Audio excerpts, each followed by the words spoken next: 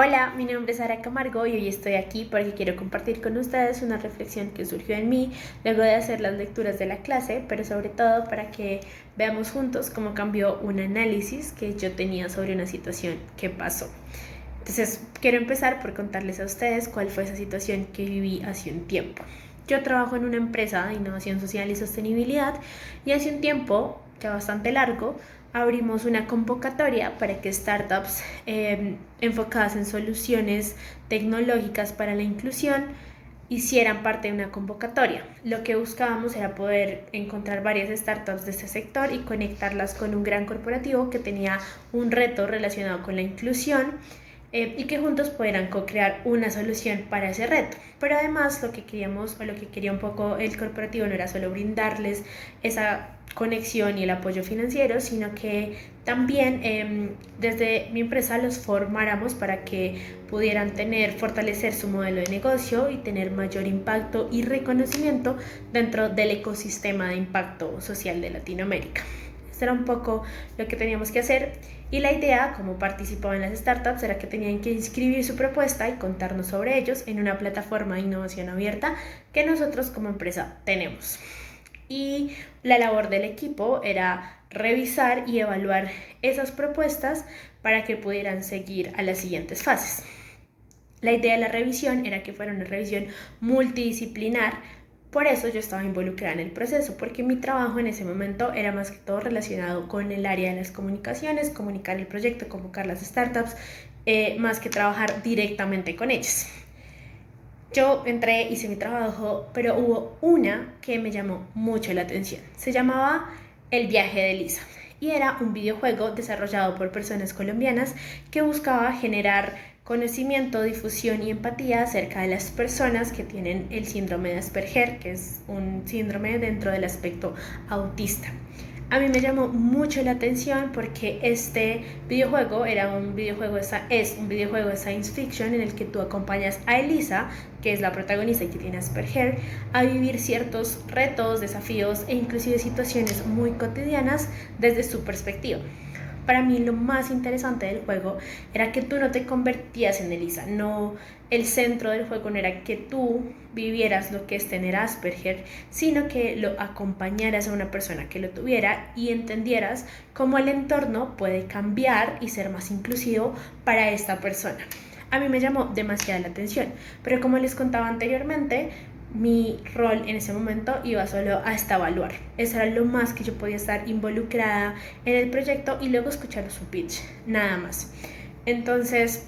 yo por mi cuenta busqué un poco sobre ellos y los encontré en la Play Store. Pero el juego no se podía descargar y no era de acceso libre. Estaba en la Play Store, pero no se podía comprar tampoco. Y a mí me generó muchísima frustración. Sí, esa es la palabra. Me generó mucha frustración en el momento porque yo tenía en mi cabeza que lo que ellos querían era generar mayor difusión y conciencia en las personas y cómo lo iban a hacer teniendo un juego cerrado al que las personas no podían acceder. Hasta ahí llegó mi conocimiento y hasta ahí llegó mi frustración. Yo en ese momento no conocía cuál era el modelo de negocio de la startup, ni cómo buscaban financiarse, ni su propuesta de valor, ni nada de eso. Solo en mi cabeza tenía mucho sentido que si querían generar difusión, pues lo montaran en la Play Store y lo abrieran. Pero a través de estas lecturas logré identificar y analizar un poco diferente esta situación, pero sobre todo porque entiendo que las razones y los motivos que estos desarrolladores colombianos tomaron están muy enfocados en proteger la propiedad intelectual. Por eso voy a contarles mi análisis a partir de 3 razones por las que es fundamental proteger y respetar la propiedad intelectual. Bueno, ¿y por qué llegó a mí este ejemplo del videojuego, luego la lectura? Realmente llegó luego de esta frase. Escribimos por amor a la escritura, pero también necesitamos que se nos pague. No se puede vivir solo de amor. Y esto que se cuenta en la lectura en defensa del derecho de autor es obvio y parece muy básico. Pero en mi análisis el hecho de que hoy en día estemos en una sociedad conectada, donde la información está al acceso de todo el mundo, donde podemos simplemente dar un clic y ya conocemos todo sobre una historia, donde en nuestro celular podemos generar conocimiento y podemos navegar a través de muchos datos, historias. En este contexto se pierde mucho ese valor porque la información está tan al alcance que no pensamos qué hay detrás y cómo las personas que crean todo este contenido generan una retribución. Y por eso mi primer argumento del por qué es importante fomentar el respeto de la propiedad intelectual es porque la propiedad intelectual dignifica el trabajo de los creadores. Como se veía en la lectura, la ley de Anna fue la primera que respaldó a los creadores y dio paso al derecho de autor. Fue la primera ley en la que se le dijo al creador: tú eres dueño de lo que creaste y por lo tanto hay ciertos límites y ciertas reglas que debe cumplir el contexto en el que estás, porque es tu servicio, es un producto que salió de tu mente y por lo tanto debe tener una fecha de expiración, se debe usar de cierta manera, pero también debe tener una retribución y si lo vas a usar también lo debes usar dentro de ciertas reglas. ¿Por qué nació también esto? Pues porque se necesitaba que esos escritores de ese momento pudieran vivir de lo que hacían y que las personas le pagaran, pero además que generaran todas las condiciones para que fuera visto como un trabajo. Es precisamente lo mismo que pasa hoy en día y es por eso que estoy muy de acuerdo con la señora Dunphy, quien es la que se cita en esta lectura que les mencionaba, de que realmente se tienen que generar concesiones a las licencias y más en un mundo donde el internet revolucionó completamente la industria del arte. Sabemos que la tecnología ofrece enormes ventajas porque facilita la producción de los contenidos, la comunicación de estos y la manera en las que los consumimos, pero también la tecnología y el internet abrió las puertas a que se generaran desviaciones sobre estos contenidos como la piratería, la copia sin pago, la reproducción ilimitada de los contenidos, pero sobre todo que no se le reconociera al autor que ese contenido era suyo y por lo tanto no tuviera una reinversión económica por el tiempo, el esfuerzo y el conocimiento que puso en ese contenido. Y eso es precisamente la razón por la que yo no pude acceder al videojuego del viaje de Lisa. Cuando me senté a hacer esta tarea, yo seguía sin entender cuál era el modelo de negocio de estas personas y seguía con esa frustración de por qué no lo pude acceder. Me senté y hablé con la coordinadora de ese proyecto de aquel entonces y le pregunté si podía contarme cuál era el modelo de negocio. Y ella me contó algo muy interesante y es que el viaje de Lisa tiene un modelo B2B donde solo le entiende a empresas, pero específicamente a empresas del sector educativo. No tienen que ser instituciones de educación especial, puede ser cualquier tipo de instituciones, porque lo que ellos quieren es que los profesores a través de ese juego puedan crear sus contenidos para enseñar, pero también que los niños puedan aprender de otra manera. Los niños, los adolescentes, los jóvenes, no importa porque lo venden a cualquier tipo de institución educativa o empresa relacionada con la educación. Y algo que me llamó mucho la atención que ella me contó es que ellos lo hicieron de este modo porque era la manera más fácil de garantizar tener un ingreso y de proteger que su juego no fuera copiado ni fuera vendido por otras empresas. Es decir, ellos decidieron tener un contrato en el que podían realmente ceder su propiedad intelectual a una empresa por cierto tiempo y bajo ciertas condiciones, que ponerlo en internet abierto a todas las personas, porque sabían que existía el riesgo de que otros desarrolladores robaran sus ideas, robaran sus ilustraciones, robaran especialmente su código. Y ahí fue donde para mí realmente hizo clic, porque a pesar de que todos los contenidos o la mayoría de contenidos que están afuera tienen cierto nivel de protección, este tipo de cierres de negocios son los que realmente dignifican el trabajo de los creadores, porque es donde la propiedad intelectual se pone en marcha de una manera más clara y tangible que muchas veces el internet borra. Y hoy en día que existe mucha demanda por este tipo de conocimientos, para estos creadores fue más fácil registrar su propiedad intelectual y cederla a través de contratos a empresas que dejarla abierta a que la copiaran y a que perdiera el valor. La segunda razón en la que se basa todo este análisis es que la propiedad intelectual garantiza que otros derechos se den, específicamente en este caso el derecho a la educación. Como lo veíamos antes, Internet genera muchos beneficios, pero también muchos riesgos. Pero uno de los beneficios que genera es que puedes acceder a un público global.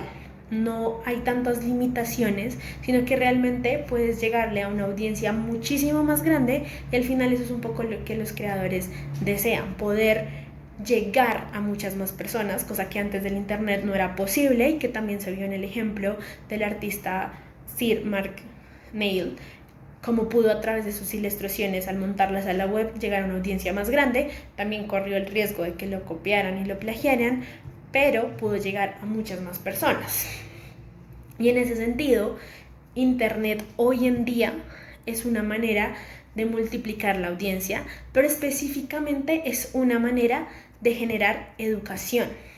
Y aquí quiero darles un dato que encontré que a mí me pareció muy importante, y es que en 2017 Google Analytics soltó varias investigaciones y datos que ellos tenían, y uno de los que a mí más me llamó la atención es que el 70% de sus usuarios de YouTube lo usaban como una plataforma para aprender nuevas habilidades o profundizar sobre un tema interesante. Es decir, las personas entraban a esta plataforma para consumir contenidos que realmente generaran aún más conocimiento. Y aquí quiero leer una cita de otra lectura que tuvimos que hacer para otra clase, que se llama Sociedad del Conocimiento y Nuevas Tecnologías, y la cita dice: la cultura digital implica una nueva forma de entender, aprender y transformar el mundo, ya que la información y conocimiento se vuelven asequibles de manera más rápida y amplia. En este sentido, es muy importante saber que tenemos esta información que se hace más asequible, pero también entra un nuevo reto, y es precisamente cuando la inspiración se convierte en copia. Como pasaba en el video de Pororo, que si bien era un video para niños, mostraba precisamente cómo este pingüino cogió y se inspiró en un libro de estudio, pero realmente lo que hizo fue copiarlo y pegarlo. Y ese es un debate una estrecha línea en la que se puede pasar a proteger la propiedad, a violarla, que es precisamente lo que también el videojuego de Lisa busca, y es como ellos quieren incrementar el sector educativo, porque precisamente saben que si es a los niños, por ejemplo, los que se les enseña cómo ser más inclusivos con las personas que tienen Asperger, saben que ellos van a generar todos los productos que generen, o sus conocimientos van a estar en algún momento haciéndose la pregunta: ¿qué pasaría si esto lo consumiera una persona con Asperger? ¿O cómo esta persona puede leer o entender esto que yo estoy produciendo?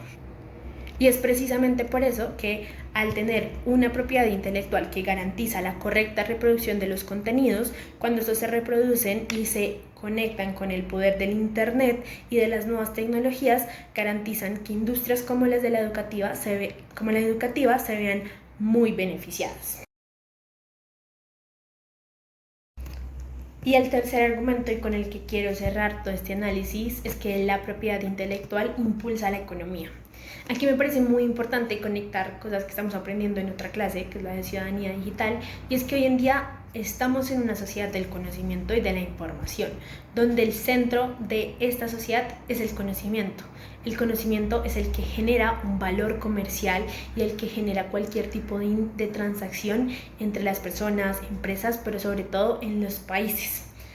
Me parece importante revisar una cita que dice Zapata en el 2009 en su texto La sociedad del conocimiento y las nuevas tecnologías, y la cita dice: la importancia económica y cultural de las obras no ha pasado desapercibida tanto para la llamada industria cultural como para los gobiernos nacionales, que hoy consideran la propiedad intelectual como la más alta manifestación de la riqueza de las naciones. Si antes, por ejemplo, la tierra era el valor transaccional que se tenía en el feudalismo, por ejemplo, hoy en nuestra nueva sociedad es el conocimiento. Esa es la propiedad intelectual la que genera que haya un valor, una redistribución, una negociación y un movimiento como sociedad. Porque la propiedad intelectual lo que hace es que fomenta la creatividad y el desarrollo de nuevos productos y servicios, y por eso es el centro de toda la economía y se fomenta que ésta se dé de manera legal, se dé de manera justa, pero sobre todo que se dé para convertir nuevos productos y para que sigamos creciendo como una sociedad y como un mundo globalizado que se está conectando. Por eso, y estas son las 3 razones por las que es importante proteger y promover el respeto a la propiedad intelectual, porque la propiedad intelectual dignifica el trabajo de los creadores, porque además impulsa la garantía de más derechos e impulsa la economía al ser el centro de esta nueva sociedad del conocimiento.